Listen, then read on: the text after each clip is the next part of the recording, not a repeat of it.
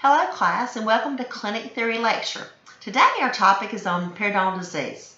The three objectives that we're going to cover today in class is what is periodontal disease and the cause of periodontal disease. Also, who gets periodontal disease and how to treat periodontal disease. Periodontal disease is a disease that is breaking down of the periodontium. The periodontium is the supporting structures that helps hold the teeth in. You've got your gingiva, the gum, the bone. You've got fibers that goes around the roots of the teeth, also the periodontal ligament. And all these structures together hold the teeth in and help support it and cause stability. So when a disease breaks down these supporting structures, the tooth become mobile, and also with bleeding, they become mobile and they can eventually fall out. So we don't want that, of course. We want a healthy oral cavity. So us as clinicians, it's our responsibility to make sure that when we do an examination every time when the patient comes in for maybe their cleaning, their routine cleaning, that we probe the tissues, the pocket depths around each tooth, making sure that we check their periodontal condition. So if you was to have a patient to come in, you want to make sure that you take your periodontal probe, and it's a special kind of probe that's kind of like a little ruler with increments on it, and you want to make sure that you're going around 6 points of each tooth, the anterior teeth and the posterior teeth, and you want to be measuring those areas, making sure it's 1 to 3 millimeters considered healthy. If it's a 4 millimeter and above that we measure, we know that something is going on, that, hey, this is not healthy, and we need to find what's going on and take care of that area. Maybe it might be localized, it may be generalized. So it's our job and responsibility to take care of that patient's oral cavity and make sure that they're having a good home care regimen and that they're brushing properly and flossing properly, and maybe use of a toothbrushing aid, maybe like a water pick or irrigator, or also maybe some mouthwash to help take control of this. Also, the cause of periodontal disease is bacterial plaque. Every day we form plaque in our mouth. It's that white sticky stuff that forms on our teeth, and what you want to do is you want to make sure that you break it up before it colonizes into a hard tissue called tartar or calculus.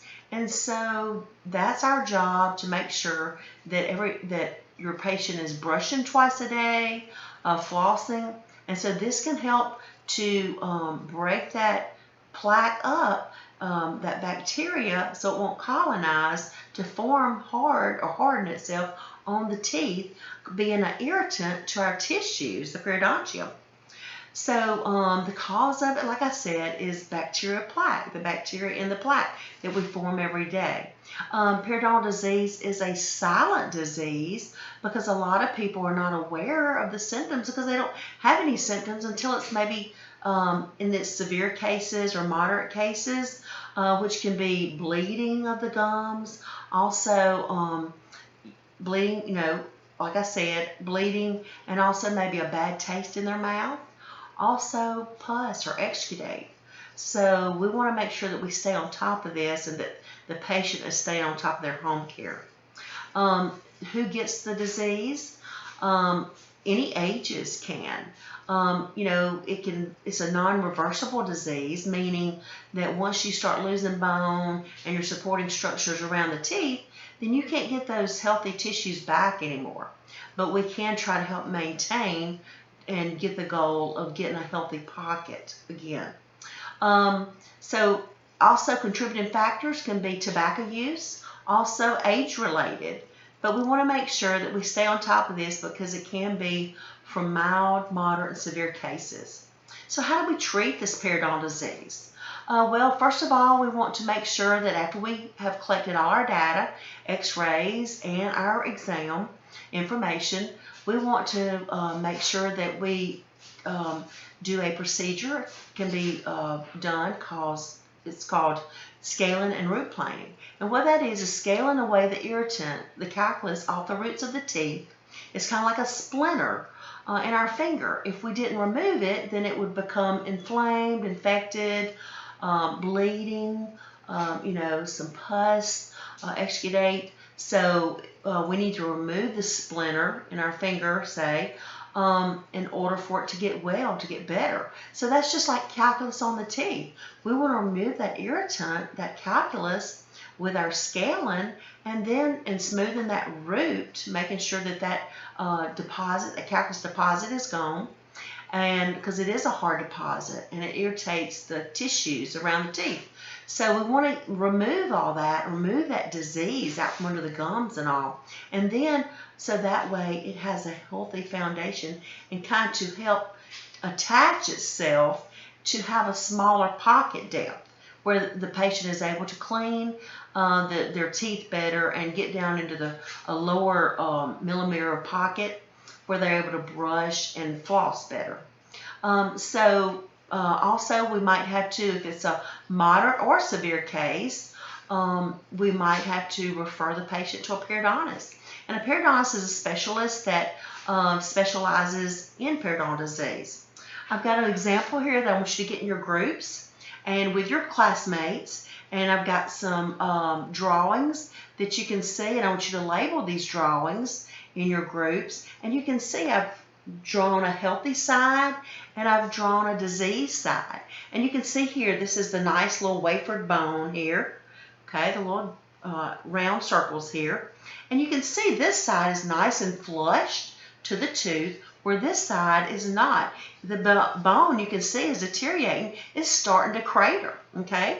And so you can see that you're getting the disease process, you're getting a pocket around this tooth where the fibers, okay, there's fibers and ligament around the tooth, the roots of the tooth, and so you can see where it's starting to break down. So all of these periodontium structures are starting to break down, and so that is not good because we cannot get those back.